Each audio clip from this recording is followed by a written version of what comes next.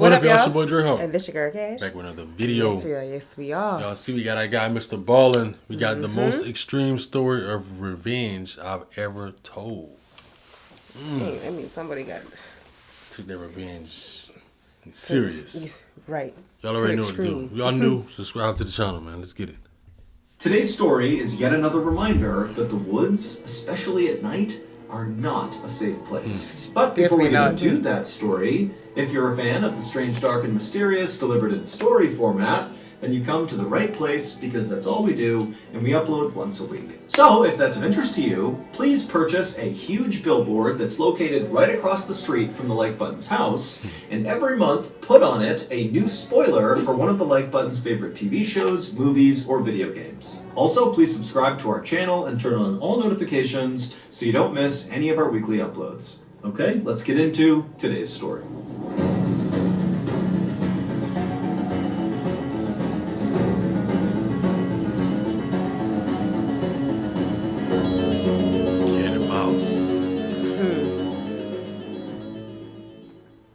On the afternoon of December 6th, 1997, a man named Yuri Trush drew his rifle and crept silently through a remote forest in eastern Russia as he and his team of 3 other armed men and his dog followed this trail of pink snow. All of the men and the dog were on very high alert because they knew someone or something was out in these woods watching them. After walking for a while, Yuri and his crew spotted a small cabin up ahead in this clearing. This cabin, they knew, belonged to a guy named Vladimir Markov, who was a hunter who had gone missing recently, and that was actually why Yuri and his crew were out here. They were searching for Vladimir.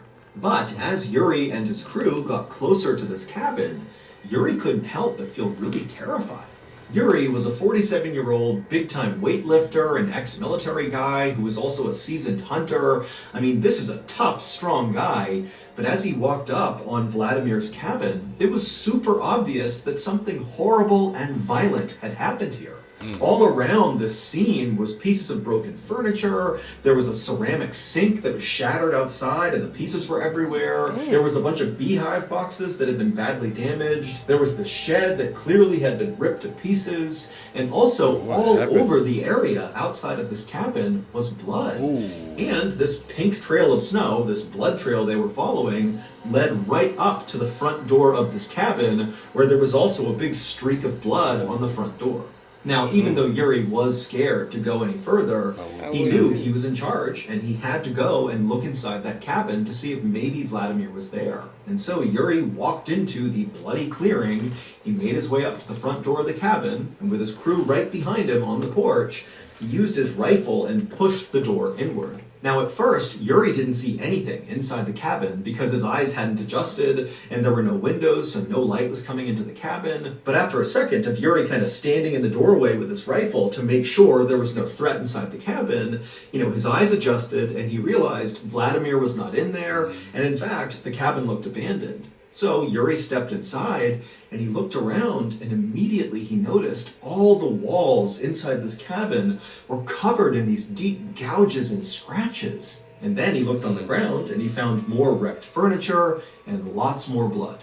But in a weird way, this actually gave Yuri some hope that maybe Vladimir was alive. He might be badly hurt, but if he's not here, he must be somewhere. And so Yuri turned around and he walked out of the cabin, and right as he stepped onto the snow with his men and his dog right behind him, 3 things happened practically all at once. The first thing was Yuri's dog began whining uncontrollably and running in circles. And number 2, there were all these crows in the trees nearby that just all at once suddenly flew into the sky and disappeared. And the third thing was this unbelievably loud growling sound that seemed to be coming from somewhere really far away and also somewhere really close. It was like the forest itself was growling. 5 days earlier, on December 1st, the soon-to-be missing hunter, Vladimir Markov, decided to give up on another unsuccessful hunt, and he slung his rifle over his shoulders and he lit a cigarette under his big bushy mustache, and he and his 3 dogs turned around and began the slow walk back to their small cabin in the middle of the woods. Vladimir was really frustrated because he'd been staying in this cabin in the woods, away from his wife, away from his family, to try to hunt some game and bring some meat back. But so far, he hadn't caught anything. But as Yuri and his 3 dogs kind of rounded a corner in this forest, he spotted something up ahead that was like an answer to his prayers. He saw there was a dead boar just lying out in the middle of the forest, and it was in this big pool of blood, and there was still steam coming off of the body, which meant this was a fresh kill. And so Vladimir raised his rifle in case whatever had killed this animal was nearby, but when he didn't see anything, he just went with his dogs over to the carcass, and he pulled out a hatchet, and he cut off 2 big haunches of meat from this boar. Now, Vladimir knew it was totally in bad form to steal another potential hunter's kill, although he didn't know if a hunter had killed this boar or if another animal had killed this boar, but he still felt bad about what he was doing. Hey. However, Vladimir was desperate. He didn't have any meat, and here it was, so he took the opportunity. After Vladimir had wrapped up this meat and put it in his bag, he and his 3 dogs jogged the last few miles back to the cabin, and when they got there, it was basically pitch black outside. Now, Vladimir was not scared of the forest at night, but he knew there were predators out here at night, so he needed to act quickly. So he rushed over to his small shed that was right outside of his cabin, and he put the boar meat inside, shut the door, and locked it, and then he turned to go into his cabin to retire for the night, but after taking only a couple of steps towards his cabin, he realized his 3 dogs had not followed him. And so he turned around, and he saw the 3 dogs were totally on edge, looking out beyond the shed where he had just put the meat. They were kind of looking out into the dark forest. Now remember, he's all alone in the middle of the woods here. It's nighttime, there's no visibility. And so Vladimir grabbed his flashlight and he shined it kind of roughly in the direction that the dogs were looking, like they had seen something. And he's shining his light, but all he sees are just dark trees and nothingness. There was nothing there. Vladimir did his best not to panic, but he couldn't help but feel like there was a predator nearby and his dogs had picked up on it. And so he just wanted to get inside the cabin and shut and lock the door as quickly as possible. And so he began backing up towards the door of his cabin while calling his dogs towards him, and 2 of the dogs followed. But a 3rd dog just stayed where she was and continued to kind of whine and growl and look out away from the cabin in this direction that all the dogs were looking. But eventually, this dog just took off running into the forest. Oh. Vladimir, who loved his dogs, screamed and screamed for this dog to come back. But the dog didn't. And so Vladimir just stood there with his 2 dogs in front of his cabin door, listening to the bark of this 3rd dog getting farther and farther away into the woods. And then suddenly, Vladimir heard his dog start to whimper. And then it was like the forest erupted with the loudest growl he had ever heard in his life. And then there was silence. Vladimir was horrified and just instinctively grabbed the 2 other dogs and stumbled into his cabin and shut and locked the door behind him. Now, Vladimir adored his 3 dogs. Those were his closest friends in the world, and all he wanted to do was run out there and save that 3rd dog. Yeah. But just based on how loud that growl was, he knew whatever was out there would kill him. And so this was a suicide mission if he went out there. And so he decided he would just stay put with the 2 dogs, and he just hoped that his 3rd dog somehow survived its encounter with whatever was out there. I don't think that. That was crazy. If you're enjoying today's story, well, I have exciting news for you.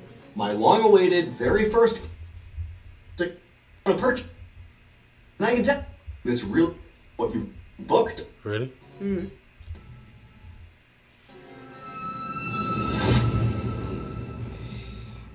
That doggone. Yeah. After sitting in his cabin for only a couple of minutes, kind of consoling his 2 other dogs, Vladimir heard more activity outside of his cabin.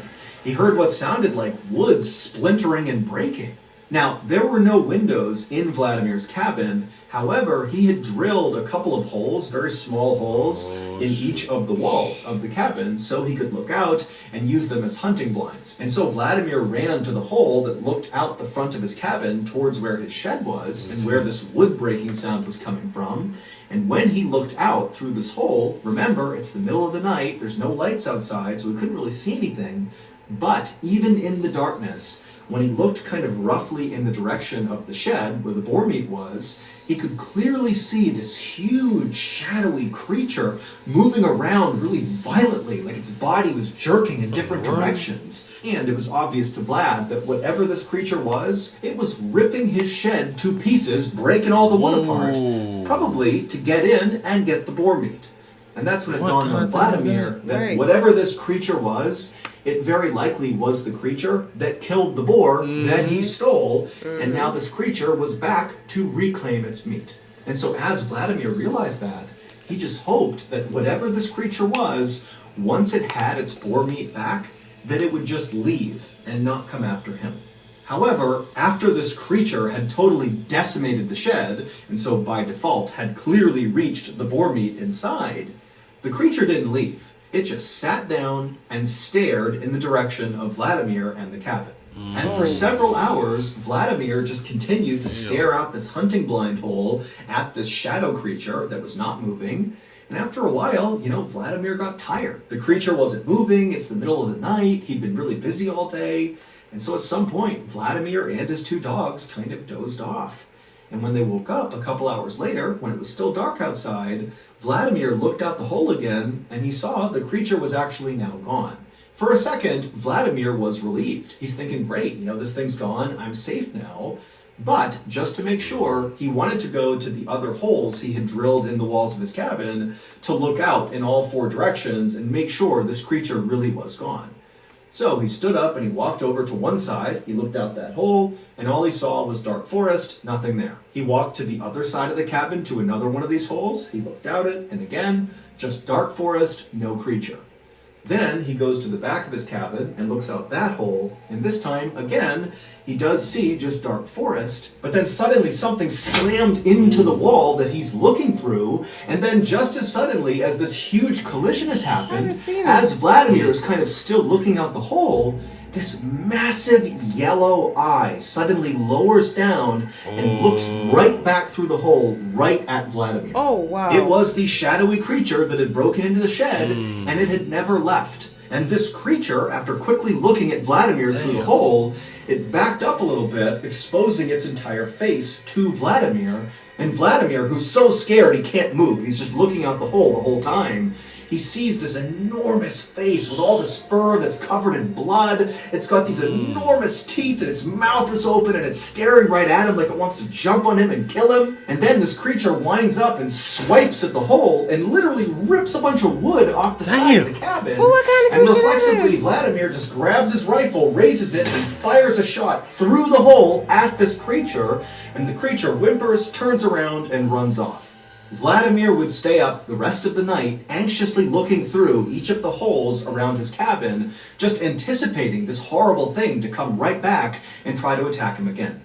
But eventually the sun came up and the creature did not come back, and so Vladimir was thinking, okay, now I'm safe. I can go outside and kind of figure out what's happened here and figure out my next move. And so Vladimir grabbed his dogs, he went to his door, he opened it up, he stepped outside and looked around, he didn't see anything. As a precaution, he fired his rifle into the air to scare off any animals that could be nearby. And when clearly, the creature wasn't here, there's nothing here, he's all alone, he stepped down onto the snow and he noticed these huge prints in the snow, which had to be from this shadowy creature that had tried to attack him. But now that it was daylight, Vladimir can look at these prints up close, and he knew what kind of creature this was. This was a Siberian tiger, and this was an enormous Siberian tiger. But that was not the most terrifying part of this discovery. Instead, it was what Vladimir saw these prints doing. These prints circled around the cabin over and over and over again, which meant the night before, after Vladimir fell asleep, this tiger had come up and basically begun stalking him and his two dogs. It must have known they were in the cabin. And then at some point, maybe the tiger saw Vladimir's eye inside of that little hole he was looking through, and the tiger tried to pounce. Right. But Vladimir's thinking to himself, something's wrong with this Siberian tiger. While Siberian tigers are certainly dangerous to people, they are not known for actively hunting people. That's not something they do. But based on these prints, and just generally based on what Vladimir saw the night before, It seemed very likely that this Siberian tiger was actively stalking Vladimir. But even though Vladimir was totally terrified by this point, the only thought really going through his mind at this point was going out and trying to find his missing third dog. He knew the chances of his dog still being alive were slim, but he had to go look. However, he knew he would need backup in case he ran into this Siberian tiger. So Vladimir put his 2 dogs on leashes, and then with them in hand, he began running towards his neighbor's house. It would take Vladimir and his dogs about 1 hour to run the 4 miles to his neighbor's cabin, and when he got there, he knocked, and his neighbor, whose name was Ivan, he opened the door, and Vladimir practically ran Ivan over, just trying to get inside of his cabin to safety. And then once Vladimir was inside and Ivan had shut the door and he's looking at Vladimir, and then Vladimir just kind of vomited out all the stuff that had happened over the past 12 to 24 hours. And at the end of telling Ivan the story, Vladimir asked him, "Would you please come with me to go find my dog?" No. And Ivan, he just stared at Vladimir and eventually just said, "No." Then, after a long, awkward silence, Ivan kind of backed up from Vladimir, like he didn't want to be near him. And then Ivan told Vladimir that Vladimir had been marked by the tiger, and now the only hope he had was getting as far as humanly possible away from this tiger, because that tiger is never going to stop, and it's going to eventually track you down and kill you. Vladimir felt totally let down, but he couldn't force Ivan to go with him, and so he said, "Okay, I understand." And then Vladimir left Ivan's cabin, he went back outside, and the instant he was back on the snow, one of his 2 dogs suddenly acted like they had heard something or seen something, and they took off running. Vladimir didn't have a chance to grab the dog's leash, and so he's watching as yet again one of his dogs is disappearing into the forest. Now, Vladimir did not chase after this second dog because he knew there was this Siberian tiger out there and he couldn't risk, running into it by himself. And so again, it totally pained him to watch his beloved dog vanish into danger, but he really couldn't do anything about it right then. And so instead, Vladimir spent the rest of this day going cabin to cabin all over this area, asking all his neighbors, please come with him to help him track down his dogs. But each of the people he spoke to just said no for the same reasons Ivan did. They said, "Vlad, you have been marked by the tiger. I'm not going out there with you." And so finally, as darkness began to fall, Vladimir and his 1 remaining dog just gave up trying to get help, and they turned around and began walking back towards their cabin. It was nearly pitch black by the time Vladimir and his dog arrived at the cabin, and when they got there, even though he could barely see anything, Vladimir knew something was terribly wrong. Vladimir's outdoor sink, which sat right outside of his cabin, was broken to pieces, like something had smashed it. And then also, all of his beekeeping boxes had been broken apart, and there were obvious teeth marks all over it. Now, these 2 things had not happened when he had left that morning to try to go get help, which meant, very likely, the Siberian tiger had come back and done this damage, and very likely was still in the area. And so all Vladimir's thinking is, I have to get in my cabin as fast as possible and shut and lock that door. And so Vladimir grabbed his last dog, and very carefully he maneuvered his way through all the wreckage. He went up to his front door, and as he's about to open it up, he hears whimpering, and it sounds like one of his dogs who's gone missing, and the whimpering is coming from inside of his cabin. And so without any hesitation, Vladimir flung the door the rest of the way open, and he looked inside, and he couldn't see anything at first, but then he noticed there was this kind of pile of broken up furniture from the day before, and the whimpering appeared to be coming from underneath it. And so Vladimir rushed over and he began moving the furniture out of the way, and sure enough, underneath it, he finds one of his missing dogs who's been very badly hurt, but who is still alive and who is whimpering. And so Vladimir, he's so happy that one of his dogs is okay, and he grabs his dog, but unfortunately for Vladimir, this was a trap. Now, we don't know this for sure, but the leading theory is this Siberian tiger actually set this trap on purpose to catch Vladimir. It's believed that this tiger wounded the dog so the dog would begin to whimper, luring Vladimir out, at which point the tiger could pounce. 4 days later, that armed search party, led by Yuri, arrived at Vladimir's cabin. They found it destroyed with blood everywhere. They went inside, there was nothing there. They came back outside, and that's when Yuri's dog began running in circles, and the crows flew into the air, and they heard that deafening roar, like the whole forest was roaring. Well, that was the sound of the Siberian tiger. Luckily, though, Yuri was not just some rugged outdoorsman. He was actually a member of something called the Inspection Tiger Unit, which basically is like a SWAT team that responds to tiger attacks. And so when Yuri heard this unbelievable roar, he just started walking straight towards it. But with every step Yuri and his team took into the forest, the roars coming from this tiger faded farther and farther away from them. But at the same time, Yuri began to notice on the ground little scraps of clothing. And so Yuri and his team, instead of trying to follow this roar, they just began following these bits of clothing. And these scraps eventually led them to a big clearing in the forest, and in this clearing were these two big red circles in the snow. And so Yuri and his men carefully approached these circles, and when they realized what was in them, they just stood there in silence. Boy. In the center of the left circle was a heap of Vladimir's clothing, and then underneath them were just bits and pieces of Vladimir, like he was ripped apart into different pieces and kind of piled up in this circle. And in the other circle, the right circle, was Vladimir's head, and it had been completely skinned. And after seeing this, Yuri and many other people have come to the conclusion that this Siberian tiger attacked Vladimir just for revenge.